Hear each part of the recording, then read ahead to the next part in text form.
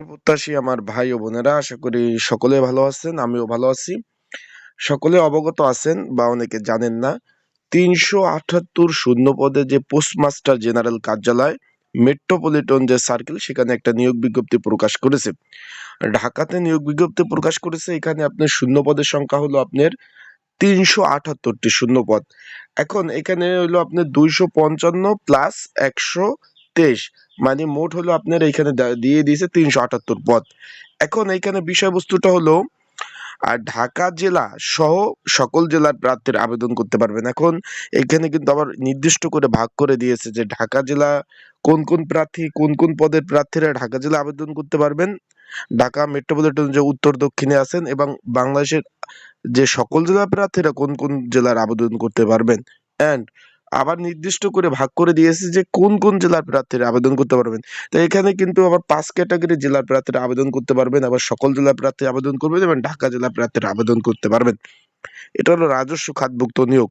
তাই আজকের ভিডিওটা অনেক বড় হবে, কারণ আপনাদের বুঝাই দিতে হবে যে কোন কোন জেলার প্রার্থীরা আবেদন করতে পারবেন না, এবং ঢাকা জেলার প্রার্থীরা কোন পদে আবেদন করতে পারবেন।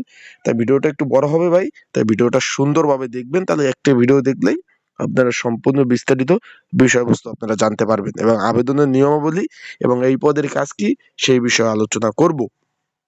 এখন আমরা চলে যাই ভিডিওতে। যে পোস্টমাস্টার জেনারেল আপনার মেট্রোপলিটন সার্কেল ঢাকা এর আয়ত্তাধীন ইউনিট অফিসসমূহ রাজস্ব খাতভুক্ত শূন্য পদে অস্থায়ী ভিত্তিতে নিয়োগ বিজ্ঞপ্তি প্রকাশ করা হয়েছে। এটা অস্থায়ী ভিত্তিতে কি সেটাও আমি জানিয়ে দেব। এবং এখানে বলছে যে বাংলাদেশের নাগরিকরা কিন্তু আবেদন করতে পারবেন, অনলাইনে আবেদন করতে হবে। আমরা চলে যাই নিয়োগ বিজ্ঞপ্তিতে।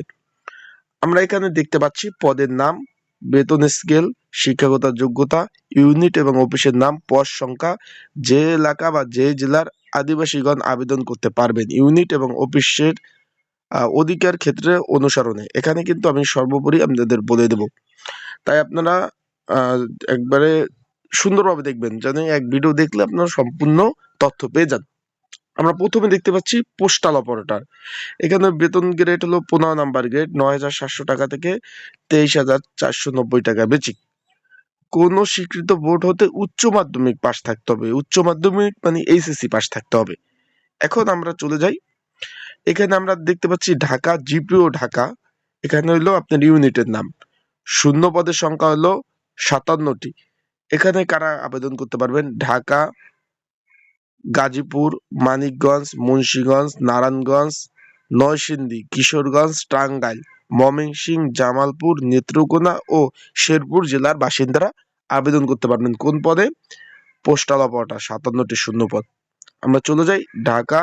এখানে কিন্তু এই যে ইউনিটের নাম, কোন ইউনিটের আপনার চাকরি করতে হবে। এখানে আছে ঢাকা নগরী উত্তর ইউনিট বিভাগ, একটি পদ। ঢাকা মেট্রোপলিটন এলাকায় যারা আছেন তারাই শুধু আবেদন করতে পারবেন এই একটা পদের বিপরীতে। তারপর হচ্ছে ঢাকা দক্ষিণ, 9টি শূন্য পদ। শুধু ঢাকা মেট্রোপলিটন এলাকার প্রার্থীরাই আবেদন করতে পারবেন। আর এইগুলা কিন্তু আমি বলে দিছি। এখন আমরা এটা কিন্তু এক পদের রে ভাই। তারপর এখানে আছে বৈদেশিক ডাক। এখানে 30টি শূন্যপদ রয়েছে। সিলেট চট্টগ্রাম বিভাগের জেলাসমূহ সকল বিভাগের প্রার্থীরা আবেদন করতে পারবেন। বুঝছেন বিষয়টা ভাই? এই যে মোট, এইখানে আমি বলে দিই, মোট এখানে শূন্যপদের সংখ্যা কয়টি এগুলো কিন্তু ভাগ করে দিয়েছে। এখানে এই যে এইখানে 30টি শূন্যপদ রয়েছে।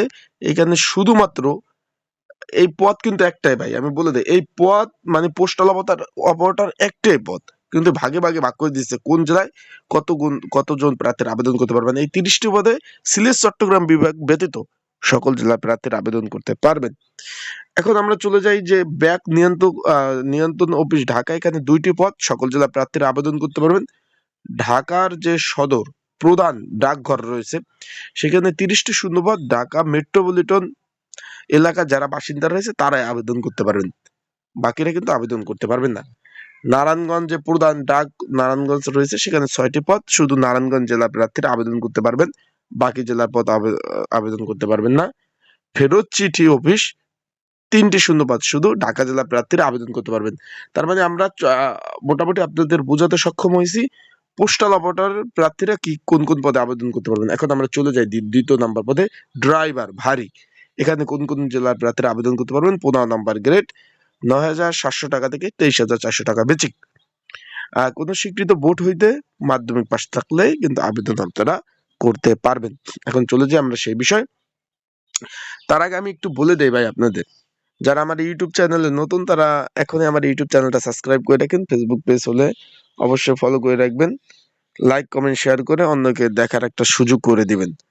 বিষয়বস্তুটা হলো, সর্বাধিক যে কমেন্টস করবে আমার ভিডিওতে মাস শেষে কিন্তু প্রতি মাসের শেষে তার জন্য একটা আকর্ষণীয় পুরস্কার আছে, কি আছে সেটা বলবো না অবশ্যই আপনাদের, যে পাবেন তার সেটা তাকে দেওয়া হবে।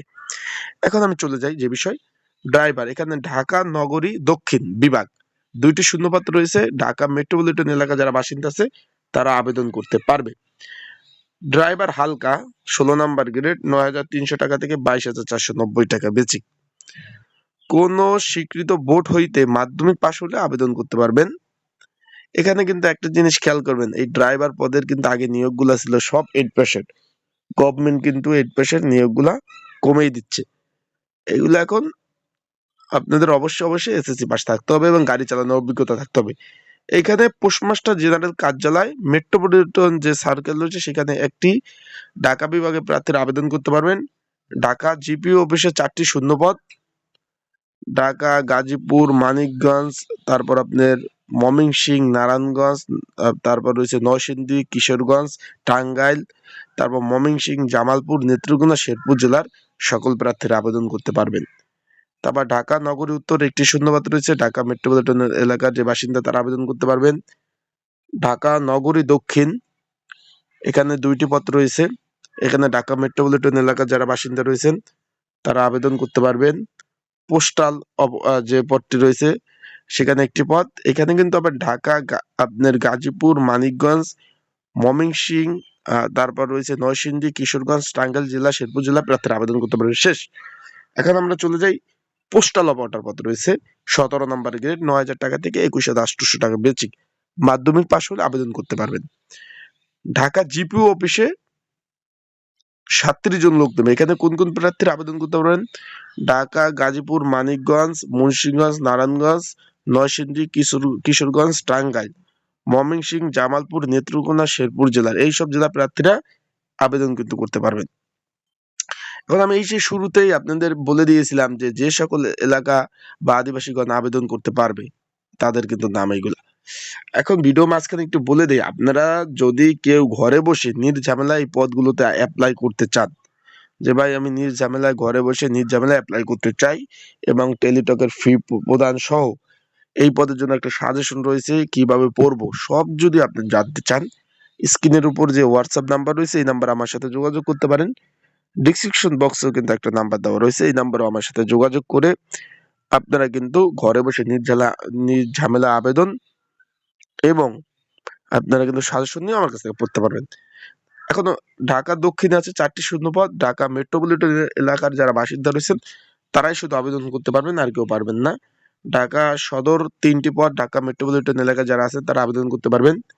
তারপর হচ্ছে শটিং অ্যান্ড কেয়ার অফিস 33টি শূন্যপদ, সকল জেলা প্রার্থীরা আবেদন করতে পারবেন। এখন বলবেন ভাই 33টি শূন্যপদ কিসের?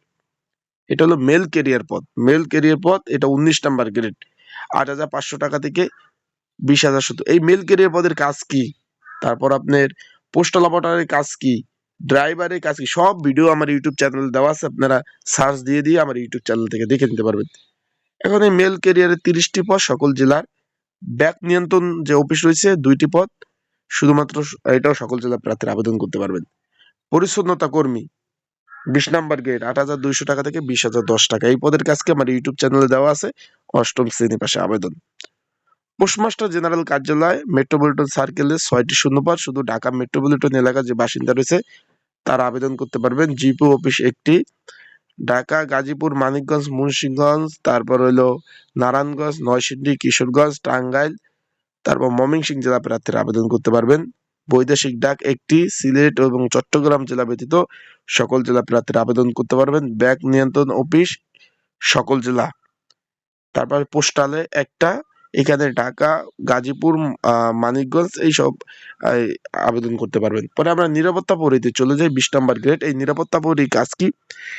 ডাক বিভাগের আমার ইউটিউব চ্যানেলে ভিডিও দেওয়া আছে, চাইলে ভিডিওগুলো আপনারা দেখে নিতে পারেন।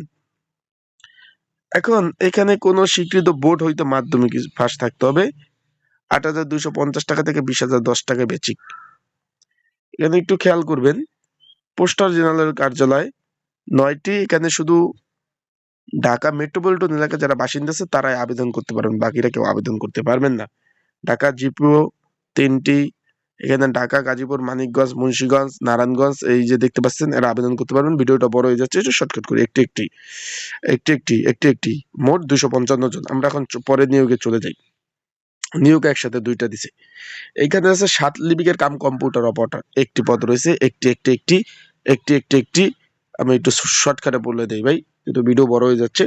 উচ্চমান সহকারী 4টি, ঢাকা মেট্রোপলিটন একটি, যেগুলো বড় পদ সেগুলো নিয়ে আলোচনা করবো একটি। এই যে মেল অপারেটর 15 নাম্বার গ্রেড, শুধু সকল জেলার প্রার্থীরা আবেদন করতে পারবেন, 51টি শূন্যপদ রয়েছে। আপনারা যারা ঘরে বসে আবেদন করতে চাচ্ছেন এবং সাজেশন নিতে চাচ্ছেন, আমার হোয়াটসঅ্যাপ নাম্বার যোগাযোগ করেন, স্ক্রিনের উপর এবং ডিসক্রিপশন বক্সে নাম্বার দেওয়া আছে, এখানে যোগাযোগ করতে পারেন। তারপর কম্পিউটার অপারেটর একটি, দুইটি, 4টি, তারপর 3টি, এই যে 11টি প্যাকার কাম কম্পিউটার।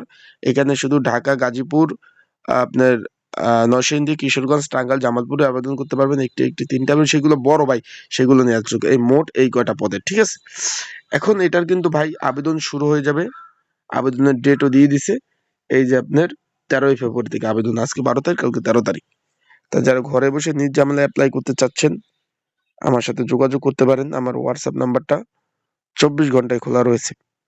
আশা করি বুঝতে পারছেন। সবাই ভালো থাকবেন, সুস্থ থাকবেন, চোখ রাখবেন আমার ইউটিউব চ্যানেলে, ফেসবুক পেজে। সকল ধরনের আপডেট তথ্যবলী বিষয়বলী জানতে পারবেন। আসসালামু আলাইকুম।